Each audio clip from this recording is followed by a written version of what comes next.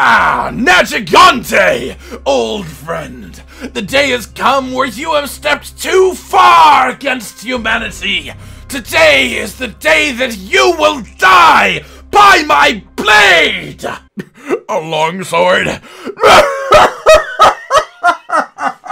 A great sword? A fishing rod?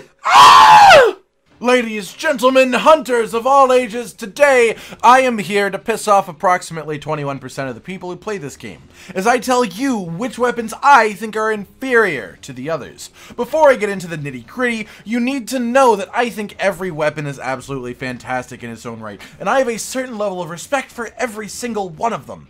These are simply the weapons that I don't enjoy quite as much. So, without further ado... Number 5.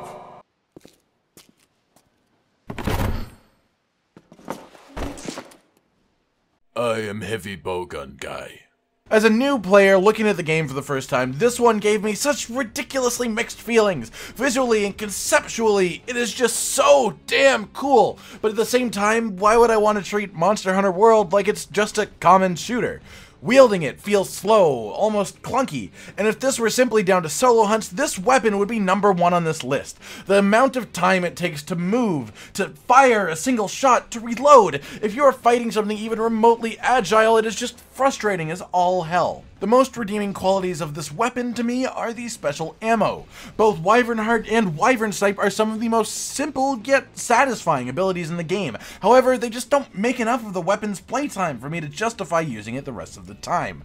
Due to the various ammo types, there are tons and tons of ways to build this weapon, like it might as well be a transformer. But I haven't found a single one I have genuinely enjoyed playing. Normal shots might as well not exist. Spread is average at best. Pierce is interesting, but just makes me miss the bow. And Cluster? Don't even get me started on Cluster! Yeah, I know, it's the cheese strat build, the thing that will just kill absolutely fucking everything! Even dodos! That's right! Cluster bombs kill dodos! Don't use cluster bombs! A message from the Dodo Gama Protection Society. And if 90% of your controller inputs are used to craft ammo, that just doesn't do anything positive for me. And that brings me to my next point. Bowguns as a whole are the only weapons that you can find yourself truly screwed if you didn't prepare for the hunt. Most weapons, it will hurt you a little. Even the bow, it'll hold you back a touch more. But if you don't meticulously craft ammo in between hunts and even sometimes during hunts, you will accomplish absolutely butt kiss in the damage department.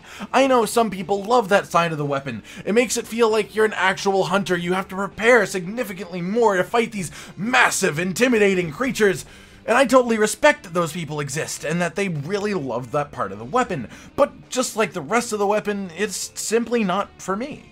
Number 4. This is what happens when an unstoppable force meets an immovable object.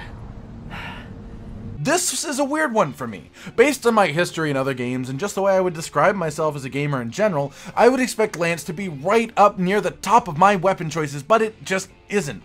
A towering bastion of defense with absolutely relentless offensive capability. It sounds fantastic until you actually look at it and realize what you're doing. The only thing particularly interesting going on here for me is the sprint.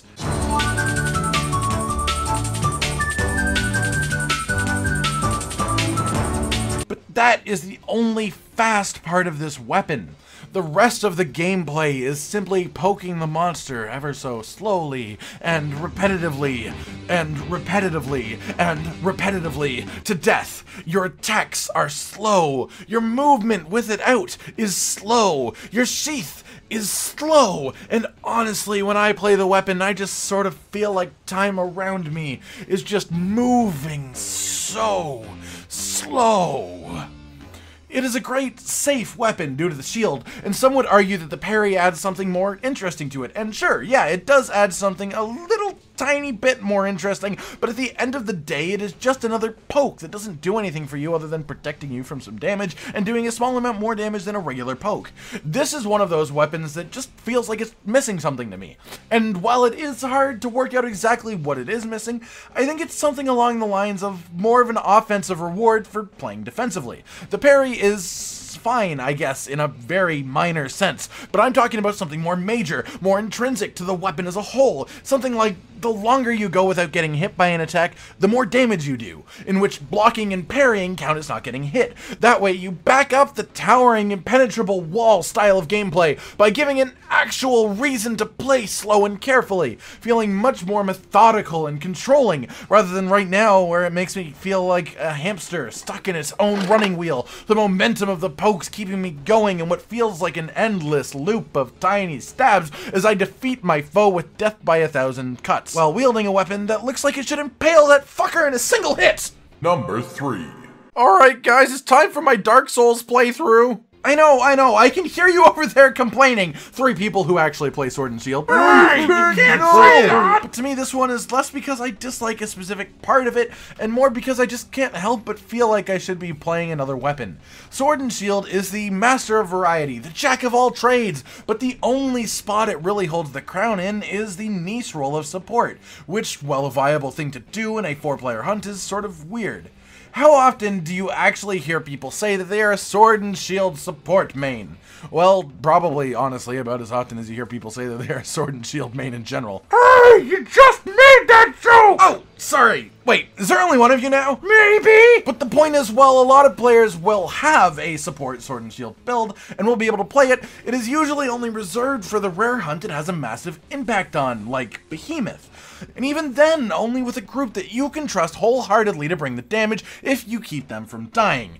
I just don't consider a support build enough to carry a weapon, which is why it can do the other things, right? Sword and Shield can be played in a super grounded, quick attack style to be somewhere in the top 5 of weapons for elemental and status damage. But then, why would I not play one that is better if that is what I'm trying to get from the weapon? You can play a much more aerial style where you bonk the monster on the head and go for the good old...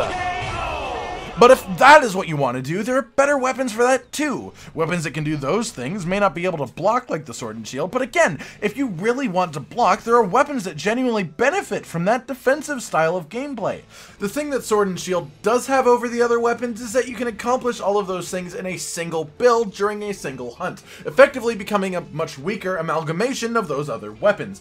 Frankenstein's weapon, if you will. I think if you're going to play a single weapon, if you're going to just main one thing and not touch anything else in the game, then sure, the Sword and Shield is a fine choice. But once you open up your roster of weapons, once you open your mind to the possibilities of all of the other ways to kill monsters in this game, it's hard to find the situation where I open the game and think about how I want to play today, and I choose it over pretty much any other weapon. Number 2.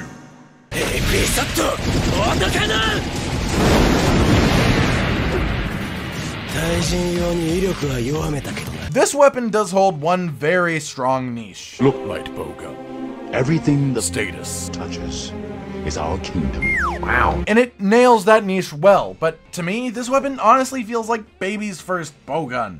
In previous Monster Hunter iterations, the bowguns were much closer in power, but in World, the Lightbow Gun is entirely outclassed. Arguably even the worst weapon in the entire game statistically. The only advantages over the heavy bowgun are the faster movement speed and the ability for rapid fire, making the weapon more suited to elemental damage and status application. But the fact that you are limited to weaker ammo types, simply not having access to some of the punchier ammos like Wyvern and Cluster, make it feel like you're just trying to one day grow up and be like your big brother. There is no one thing wrong with the Lightbow Gun. It works exactly how it wants to work, and there are people who love the way that it works. But for me, if I wanted an agile ranged weapon, I would use the bow. And if I wanted something with a longer range and more options in the bow, I would still rather use the heavy bow gun.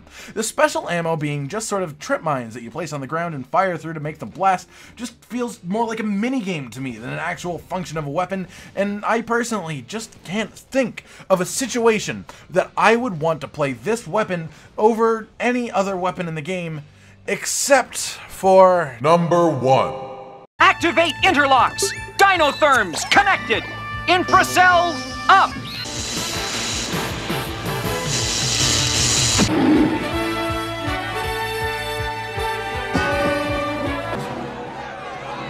Whoa, whoa, whoa, whoa, whoa! Pitchforks down, motherfuckers! This one might get a little long-winded, so settle in and stop plugging your damn ears while making a silly noise to drown me out. I have a strange history with the Charge Blade, and I felt wildly different about it at different points in my Monster Hunter career. At first, I thought it was amazing, both visually and mechanically, but I just didn't gel with it enough to learn it properly.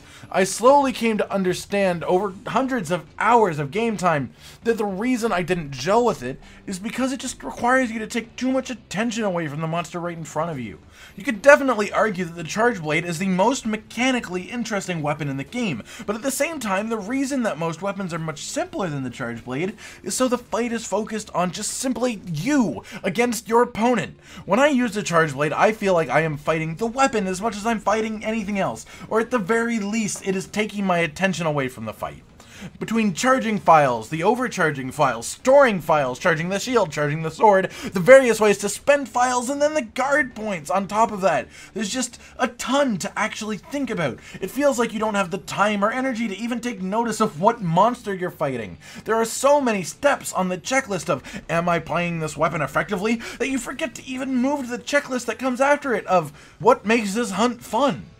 There'll be people who say you just need to get good to the point where you don't have to think about the weapon, but I have played it more than a fair amount, and I just can't shake that feeling that even if I put 1,000 hours into it, I would always just be babysitting this damn thing. Monster Hunter as a game and as an experience in general is supposed to be about simply the hunter versus the monster, a fated duel of wits and strength to see who can come out on top. And while I do actually enjoy playing Charge Blade, I feel like my enemy might as well be a training post and I wouldn't notice the difference, which to me just goes against the spirit of Monster Hunter as a whole.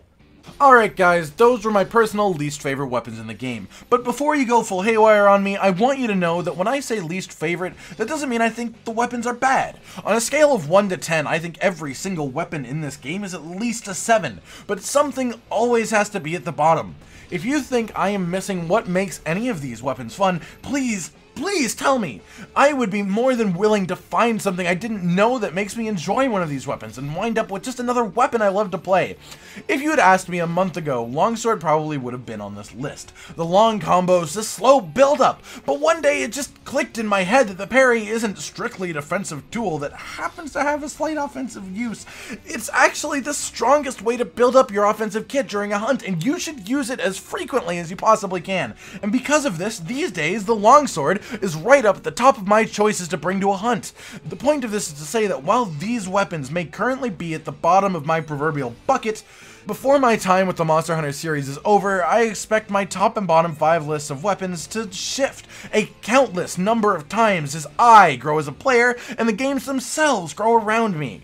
I've been Cotton Dinosaur. Like if you liked the video, subscribe and hit the little notification bell for more, but most importantly, ladies and gentlemen, until next time, stay sweet. No Gummas were harmed in the making of this video. Oh yeah, except that one.